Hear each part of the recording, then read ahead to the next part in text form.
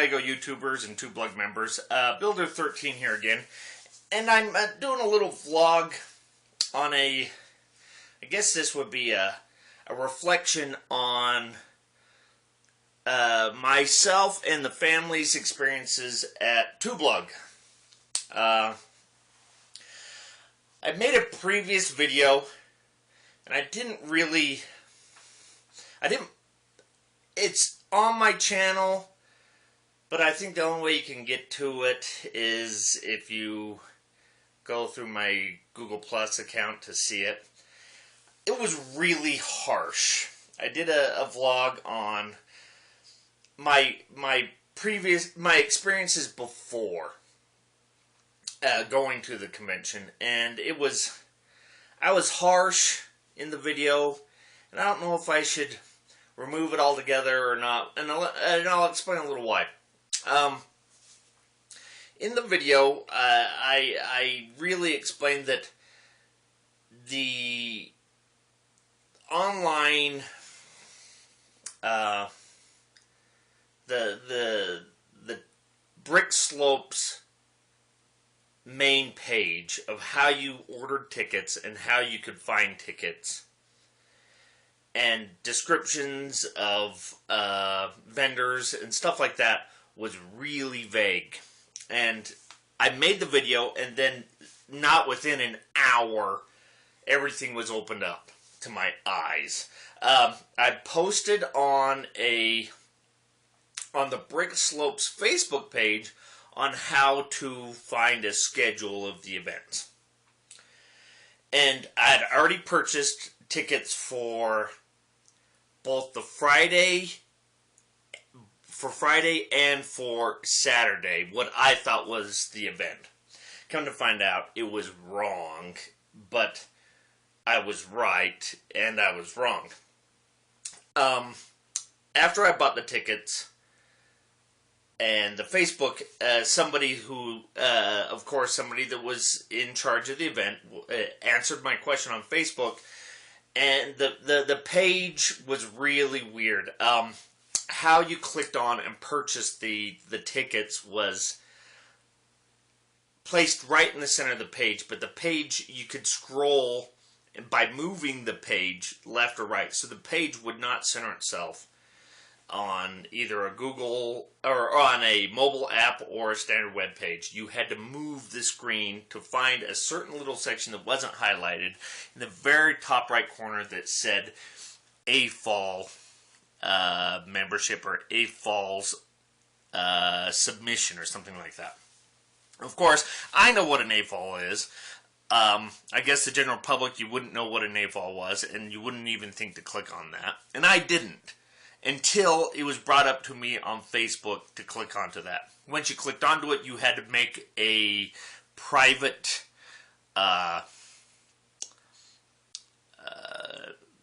what do you call it? You had to open an account through you had to submit with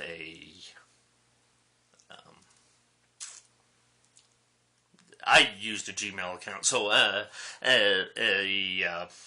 email account.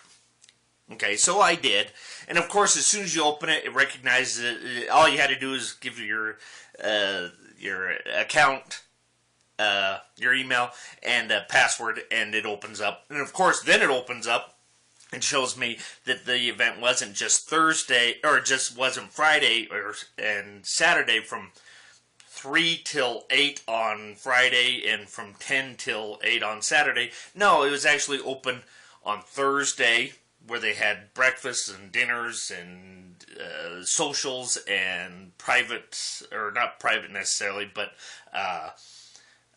lectures on building techniques and stuff like that. And of course, the gentleman that wrote the book Steampunk Lego, I think is what it's called. I have it. He was the guest speaker. Didn't know about any of this stuff. I'd already bought my tickets. I would have bought what they called an AFOL package, which was a 4-day package that came with the brick built name tags that I thought were so cool, and they're all, you could have your name printed on them and who you represented and stuff like this, all that. But it was never an option unless you would set up an account by clicking that AFOL, and I thought that was really, I don't know.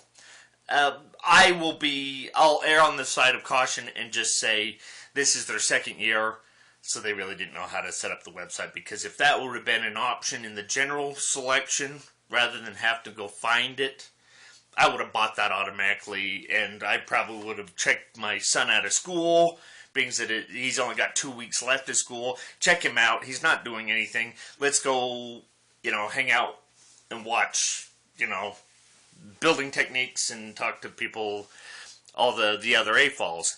And it also, by opening that account, allowed you to enter into events, enter mocks. We don't have anything really special to show off, but on the other hand, it would have been nice to know how to do it. So, and that's my harp on how they set up the website, how to purchase tickets. Now, on the other hand, we got there soon enough that we were able to buy t-shirts, so we did get the t-shirts. We did buy the package for Friday that came with a miniature. So each miniature, they have their own minifig. I'll try and show. Of course, this is the Brickslopes symbol. So, pretty cool. We got the two of the same guy, and then we got the girl, and she's a white princess. It was a medieval theme, I'm guessing. And the Brickslopes picture is printed on her cape. So they're really cool miniatures, and it'll just something for us to display. We're really not fascinated with the castle theme, my wife and I, so we'll probably just put ours in my son's castle. But other than that restriction, on the other hand, I fully have to say it was a great time. We went hog wild buying. We didn't buy big. They had a vendor there that was selling, old sets. We almost bought Hogwarts Train or something like that. We almost bought that. It was used. The train was complete with no minifigures, so we held back and said, no, if we're going to spend real money for a set that we want of Harry Potter, we want it complete. And of course, from what I've found out, the miniatures is what really makes the set worth it. And yeah, you can piece it out at Bricklink. So, we went hog wild for Brick Warriors was there.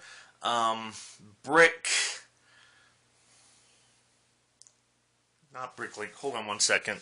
Let me just grab it here. Citizen Brick. Citizen Brick. Got the tattoo enthusiast there, or tattoo. Yeah, tattoo enthusiast. Brick Arms was there. My son bought from them. We went multiple times to Brick Warriors. We really like their product. So we bought, here's another little, bought some accessories. I guess that would be kind of a gladiator. Decked him out. Bought some scooters from, is it Brick Forge?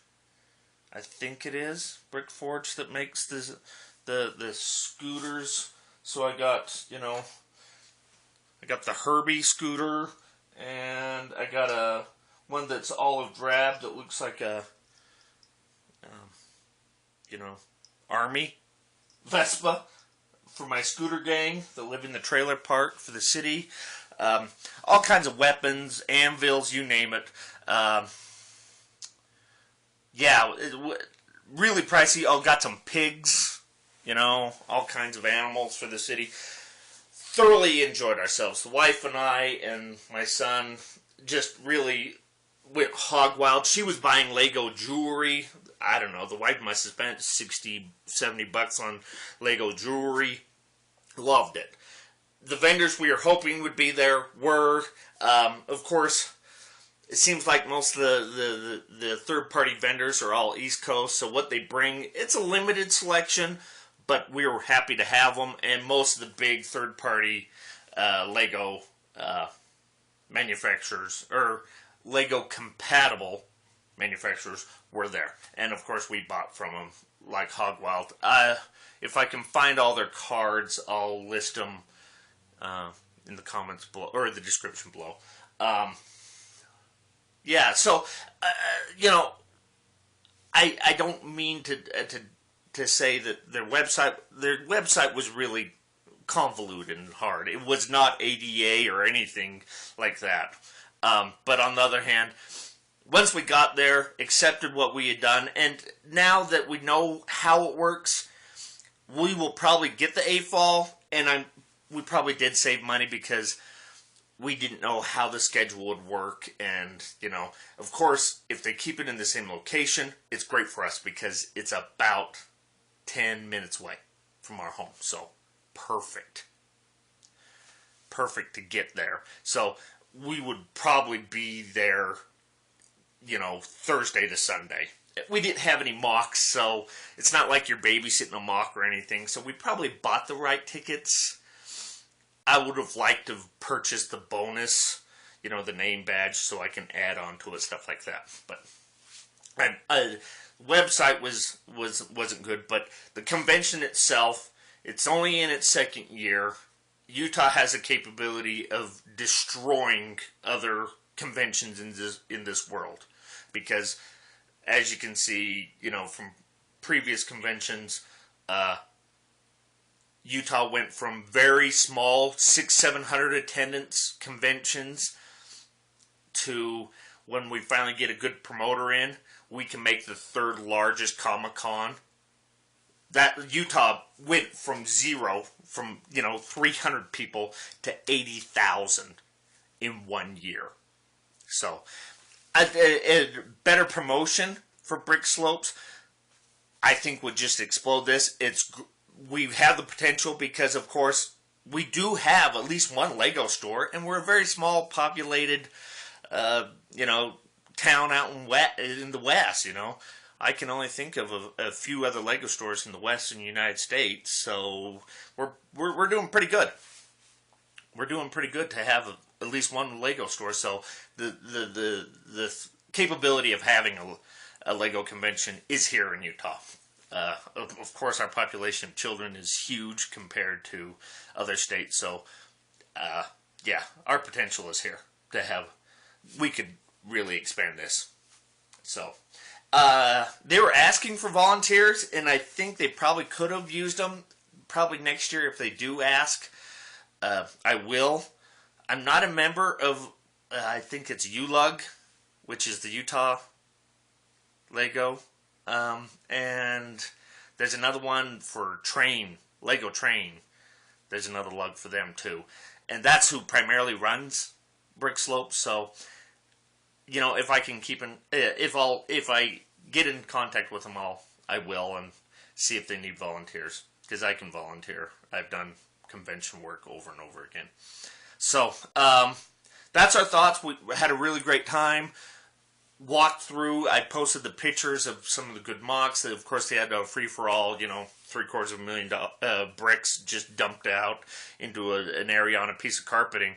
And my wife and I had our phones. They were fully charged. We just sat down on some nice padded chairs and left the boy there for almost 2 hours. He just started digging through and built things. So it was really cool. They had most of the standard events. They had what I call the Lego Pinewood Derby, 4 wheels and whatever bricks you put together. They had numerous tracks of those. They had 2 free-for-all just build pits that one looked like it was more for a younger age. I don't know if I saw Duplo, but I'm thinking what they did is they just took out the really small pieces and it was just brick, not plates, in one pit. If you know what I mean. So there are no plates and tiles, so less choking. And that was a little smaller one that was towards the front.